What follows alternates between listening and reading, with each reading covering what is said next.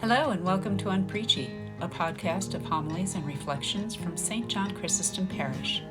Today, Father Ed Hallinan reflects on Mark chapter 13, verses 33 to 37, the Gospel reading for the first Sunday of Advent, December 3rd, 2023. Last weekend, we celebrated the feast of Christ the King. The gospel for last week was from Matthew 25. Whatsoever you do for the least of your brother or your sister, you do unto me. In my homily last week, I said that if I was to choose a gospel that described you, me, the community of St. John Chrysostom, it would have been that gospel. What we do as a parish is we try to have our eyes opened, our ears clear for hearing, so that when we realize that we have brothers and sisters that are going without, when we hear the cries of the poor, we as St. John Chrysostom respond with generosity. Many of you have gone up to the different trees that we have in church, and you've taken a leaf in order that you can buy something for somebody who is going without. And that's who we are as a Christian community. Now today, we begin the season of Advent. And as a kid, I always loved the season of Advent. One of the reasons that I loved the season of Advent at that time when I was a kid were a little selfish. My birthday is December the 15th, and I was so glad that it was 10 days removed from Christmas, because I said to my mom, we're celebrating just this, you know? And of course, I knew that Christmas would be 10 days later, so I sort of always loved that. But there were other things that I loved in the season of Advent. I loved when the Christmas music came on. And I'm not talking about All I Want for Christmas Is You, okay? Even though that's a good one. Like Silent Night, Joy to the World, O come, Emmanuel. My mother letting us put up the nativity scene on the mantle, putting all the different figurines up in the stable, and then my mom asking us, what's the significance of the shepherd? What's the significance of the kings? Asking us, teaching us, catechizing me and my two sisters. But I loved the season of Advent. And that was before like all the crazy gifts and everything like that. It was just this quiet season. One of the things that we used to love to watch was White Christmas. Again, I'm showing my age. Okay, but, you know, that would come on once a year, and me and my two sisters and my mom, you know, we would just sit there in front of the TV. If the movie went longer than it was supposed to, my mom said it was okay for us to stay up to watch the end before we, went to bed. But, like, those are some of the things that hit me with the season of Advent. As a priest, and as your pastor, I do love whenever it is that we come together. And I love it Because we heard in the prophet of Isaiah, the last sentence, each and every one of us, we are all the work of God's hands. I tell you again and again and again that you're holy. And I don't say that on my own.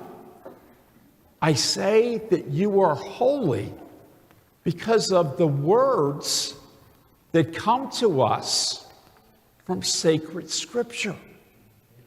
We are all the works of God's hands. That means each and every one of you are sacred.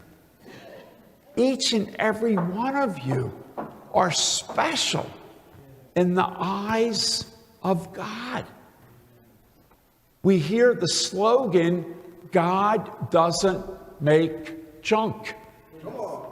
Sometimes when we get down on ourselves because of something we said or something that we didn't do or something that we should have done, and we get down on ourselves, we sort of think we are junk. But the prophet Isaiah reminds the Israelite people, we are all the work of God's hands. We all have an inherent goodness. We all have an inherent holiness.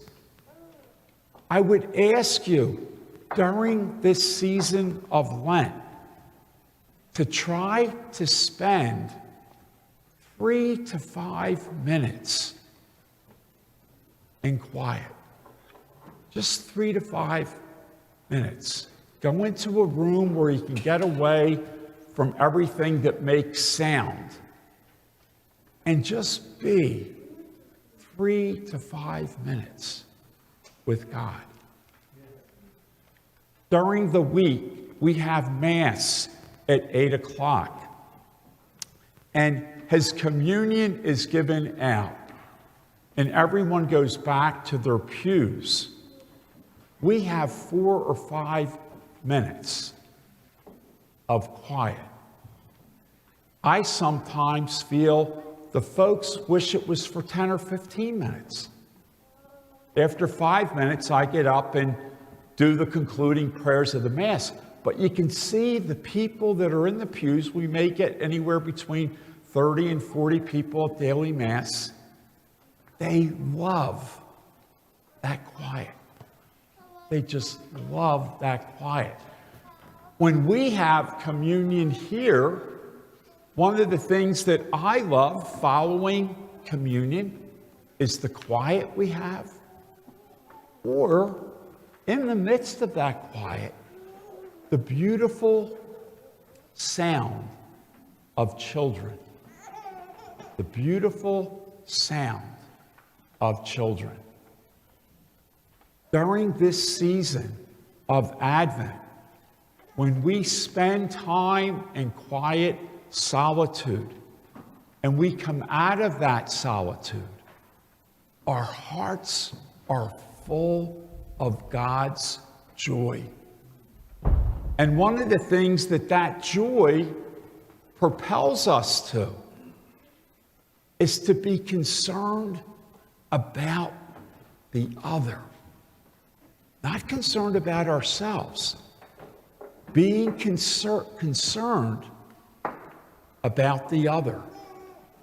Whether it's the person whose name we choose off of the tree, whether it's the 15 or 20 people that we call up with the parish message, whether it's the woman down the street who lost her husband and this will be her first Christmas without her husband, and you think to yourself, what can I do for that neighbor?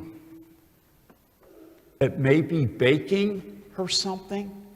It may be just knocking on her door and inviting her to your house for a cup of coffee. It may be buying a present for someone you know it would bring a lot of joy in their lives to give that. But the silence of the season propels us to joyful generosity because we are all wonderfully made by our God who loves us and who treasures us and who looks at us with great and everlasting fondness. God bless you.